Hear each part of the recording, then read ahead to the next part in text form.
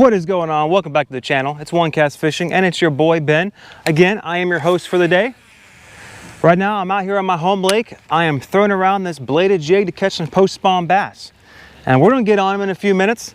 We're going to catch some fish and we're going to talk about the bladed jig or the chatterbait or whatever you want to call it. The Terminator, I think, is what Strike King calls it. We'll talk about why you should be fishing and how you should be fishing this bladed jig during a post-spawn, because these fish are active. They're starting to feed up. They're out of that funk. They've been a month through spawning and not eating, and now they got to eat to get ready for the long days of summer. So now's the time to fish them. So I'm going to throw that intro music in here right now. You can watch it or not, but it's going to start right now and it'll be about 30 seconds. So go intro.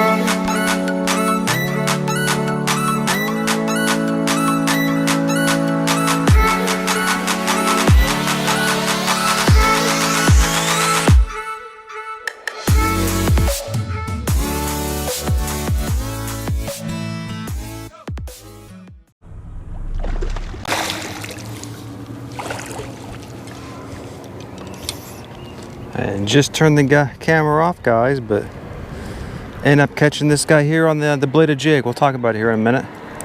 There's a reason why you use the bladed jig post spawn. It's because of fish. You get fish like this. It's not a big guy, but it's still a guy. Aww. But I want to talk about, as I keep casting here and I want to catch more fish, I'm going to keep casting as I talk about why I chose to use the bladed jig today. Many of you may have a chatterbait, but this is one that we make. Z-Man's got the patent on chatterbait, so we make a bladed jig here. Now I opted for the bladed jig today because these fish are post-spawn. I almost hit the camera there with that bait. Let me get this thing straight. But these fish are post-spawn. About 2 to 3 weeks ago, you had a huge wave of spawners. Those fish have now backed off. You still may see a few on beds here and there, and there's still a few guarding fry, but for the most part, all these fish, or at least the main wave, are now post-spawn. After the first few days after they complete their spawn, they'll be lethargic and they just got to recover from doing their thing. But then they get real active. They've got to eat because they haven't really eaten for several weeks, and they've got to eat and they got to get ready for that summer. And because of that, the fish start getting real active. And that's when you can cover a lot of water. These are fish are moving and you want a bait you can cover that water with.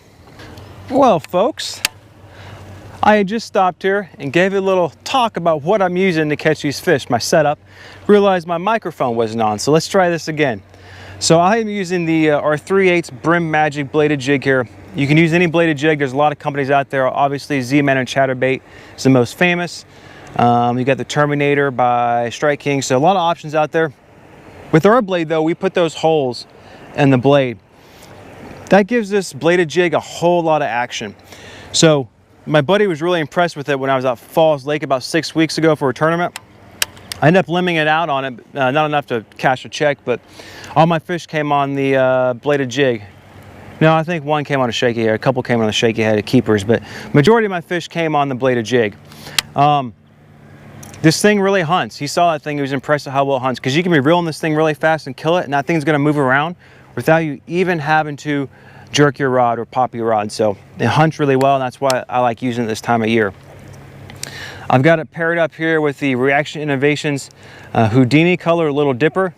Again, I'm going for that bluegill pattern because these fish were keying on bluegill up in the grass, and that pairs really well. I don't know if you can tell it on here, but the some of that pumpkin color match in this jig matches really well with this Houdini color. So it's one of my favorite combinations to throw on this bladed jig.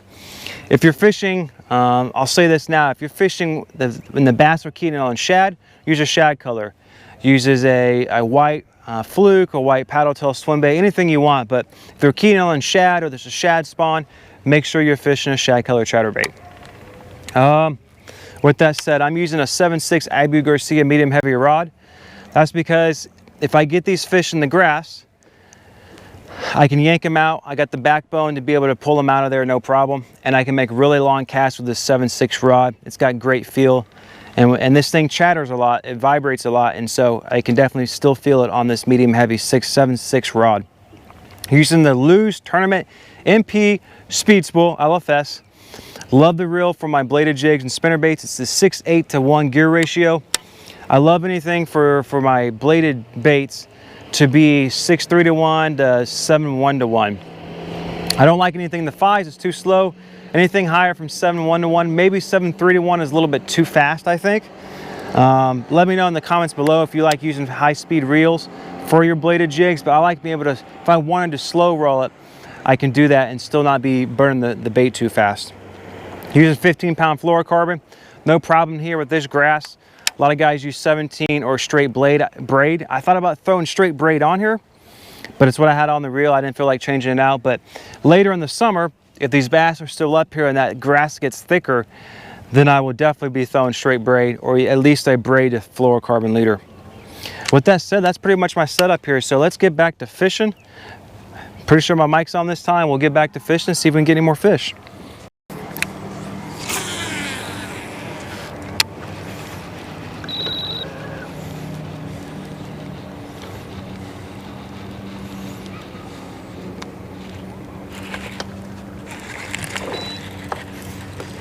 Just hooked another one here. Another one on the bladed jig. It's not a big one. It is not a big one. See if we can just boat flip them. That is one way to do it. Another little guy here. But looks like they're starting to bite.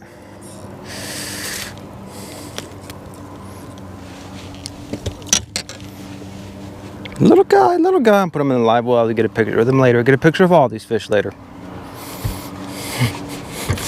Let's talk about why I chose the bladed jig today over something else like a swim jig I've been catching them on recently. And the first is I got to cover water. These fish are post-spawn, so they're moving around to eat.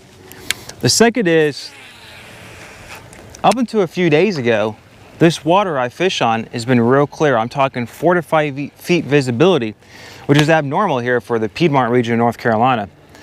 And it's been that way all winter, and even through the spring when we had some heavy rains. But it's gotten real stained, and I shouldn't say real stained, it's about 2 feet visibility, but it's half the visibility we had a week ago. So these fish just aren't used to it right now.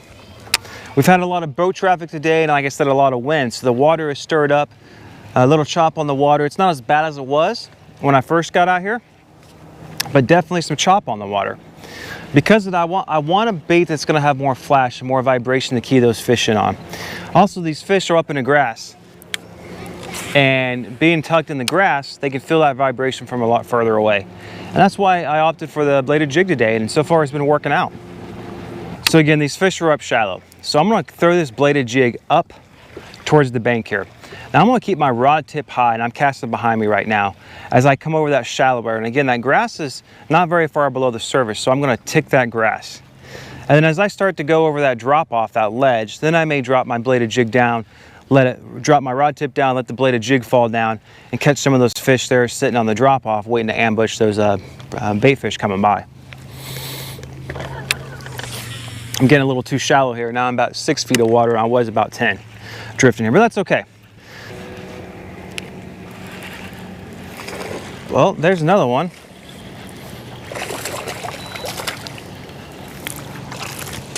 No big guys today. At least not yet. But there's another fish. I was letting this bladed jig fall down through that grass there. And I'll talk about how I'm getting these fish in a minute. Oh man, his tongue really got that. Let me get the pliers out here and we'll talk about it. I turned around here because I want to talk about my reel cadence when I'm working this bladed jig. And I figured you might be able to see it a little bit better from this angle. So I turned the boat around here. So again, I'll make my cast out.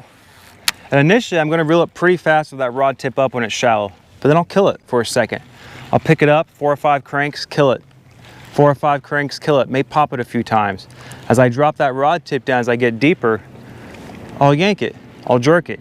Make that skirt flare. That erratic action. So it's pretty... You know, they talk about creating erratic action. That's kind of my cadence I go with until I dial in exactly what the fish want. And again, this time of year, they usually want something fast. Something fast and erratic. So I'm not slow rolling it, and it's hard to slow roll it even on top of this grass here. But erratic, start, stops, kill, jerk it. Just work it until you figure out what the bass want that day, then keep that cadence up as best you can and continue to put fish in the boat. Well, as you can probably tell here, I am running out of daylight. When I came out here, I knew I only had about 90 minutes of time to be able to fish and get on fish, but I knew I could catch them, and I knew I could catch them out here on this bladed jig or a chatterbait or terminator, whatever you guys use. But I wanted to come out here and show you guys how I catch them for post-spawn bass, and we came out and we accomplished that mission. We caught 3 fish, no real size to them. I know if I had 5 or 6 hours, I could go out there and probably weed through some of these smaller fish and catch some good ones, cover more ground.